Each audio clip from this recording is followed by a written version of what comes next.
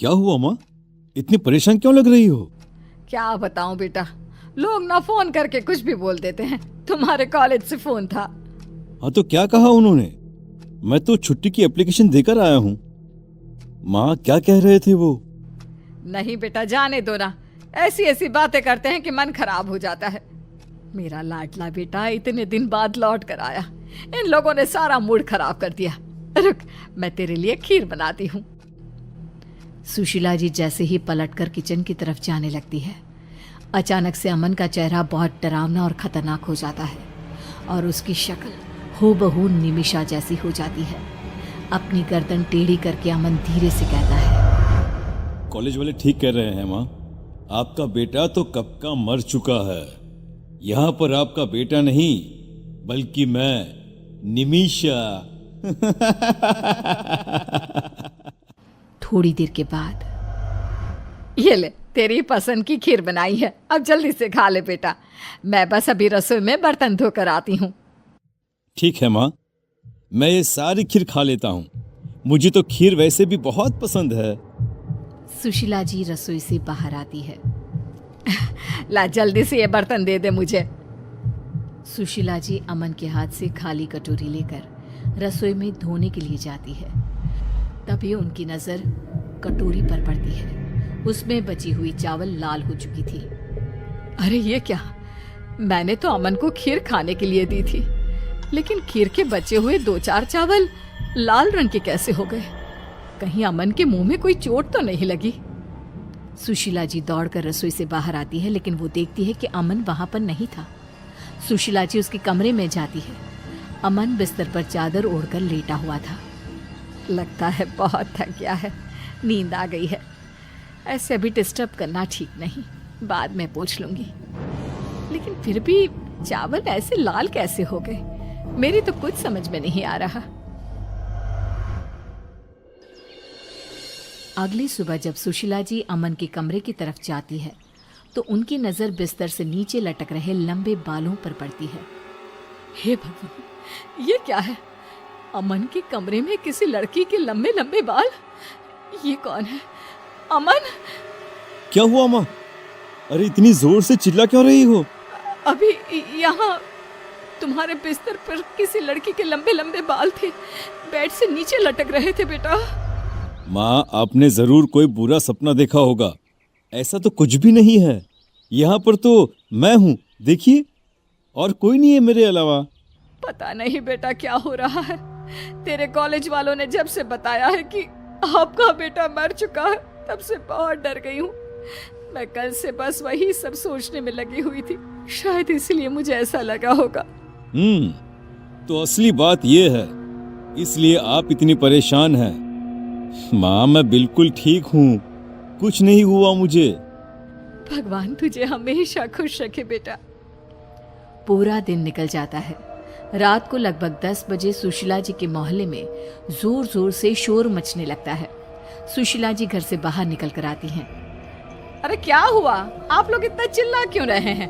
अरे गजब हो गया, हमारे पड़ोस में रहने वाला महेश है ना, किसी ने उसे जान से मार दिया।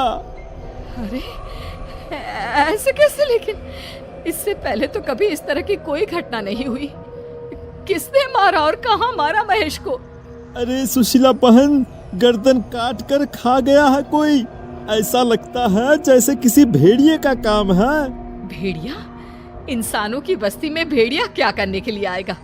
ये आप कैसी बातें कर रहे हैं भाई साहब? अरे सुशीला जी वो सही कह रहा है, खिड़की दरवाजे अच्छे से बंद करके सोइए। भगवान जाने कौन सी आफत आई है अब।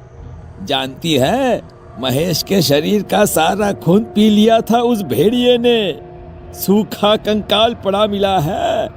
अभी थोड़ी देर पहले तो मैंने उसे देखा था, लगभग 8 बजे के आसपास दुकान से लौट कर आ रहा था और उसके बाद अपने ही घर के बाहर इस हालत में मिला है। भगवान भला करे, ऐसा कौन हत्यारा आ गया हमारे मोहल्ले में? अच्छे से दरवाजा बंद करके सो जाती हूँ। माँ आपको डरने की कोई जरूरत नहीं है, मैं हूं ना आपके पास। अच्छा ठीक है बेटा, तू अपने कमरे में जाकर सो जा, मैं भी जाकर सो जाती हूँ। सुशीला जी डर के मारे अपने कमरे में जाकर चुपचाप सो जाती है। अगली सुबह जल्दी उठती है और घर के काम करने लगती है। अमन अभी तक अपने कमरे में सोया हुआ था। सुशीला जी कपड़े धोने लगती है और तभी अचानक उनकी नजर अमन की शर्ट पर लगे खून के धब्बों पर पड़ती है। ये आजकल क्या हो रहा है? कहीं अमन को कोई बीमारी तो नहीं हो गई? पहले उसकी कटोरी में खून था और अब उसकी शर्ट पर खून के धब्बे लगे हुए हैं। आखिर बात क्या है? जाकर देखती हूँ। सुशीला जी चुपचाप अमन के कमरे की तरफ गई। उन्होंने देखा कि बेड पर कोई लड़की थी जिसके लंबे लंबे बाल लहरा रहे थे। उसका चेहरा दूसरी तरफ था। ये देखकर सुशीला जी बुरी तरह से डर जाती हैं। कौन हो तुम? कौन हो? और यहाँ मेरे बेटे के कमरे में क्या कर रही हो? तभी अचानक से वो लड़की पलट कर देखती है। वो लड़की और कोई नहीं बल्कि निमिषा थी, लेकिन आवाज अमन जैसी थी। निमिषा अमन की आवाज में बात करती है। क्या हुआ माँ?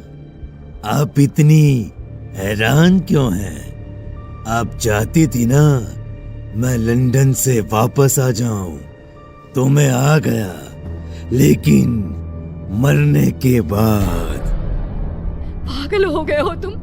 और तुम कौन हो? तुम्हारा चेहरा मेरे बेटे से मिलता है। कहाँ है मेरा अमन? माँ, मैं अमन ही तो हूँ, बस मेरा शरीर निमिषा का हो गया है। ये निमिषा मुझे लंदन में मिली थी और जानती हैं, वो मर चुकी थी। बस मेरी आत्मा ने निमिषा का शरीर ले लिया, तो अब से आपके पास निमिषा और अमन दोनों रहेंगे माँ। और इतना कहकर निमिषा जोर जोर से हंसने लगती है। ये देखकर सुशीला जी वहां से भागने की कोशिश करती है, लेकिन निमिषा अपने लंबे बालों से एक रस्सी बनाकर सुशीला जी को पकड़कर खींच लेती है। माँ, आपको डरने की कोई जरूरत नहीं है, और खबरदार, जो घर से बाहर कदम निकाला तो आपने सुना नहीं, कल किसी ने महेश की गर्दन खा ली, उसे कच्चा चबा गया। जानती हूँ, अच्छी तरह जानती हूँ, लेकिन मैं अपने आप को बचा लूंगी। कुछ नहीं होगा मुझे। महेश की किसी से दुश्मनी होगी, इसलिए उसके साथ ऐसा हुआ होगा। नहीं माँ, किसी के साथ दुश्मनी नहीं थी, बस मुझे बहुत प्यास लगी थी और मुझे किसी का खून पीना था, इसीलिए ये काम मैंने ही किया है। क्या तुमने? मतलब वो भेड़िया कोई और नहीं बल्कि तुम? हाँ, भेड़िया कोई और नहीं बल्कि मैं हूँ। और जानती हैं, मुझे अब फिर से बहुत प्यास लग रही है, खून पीने का मन कर रहा है, और आप मेरी आंखों के सामने हैं, तो मैं किसी और के पास क्यों जाऊं?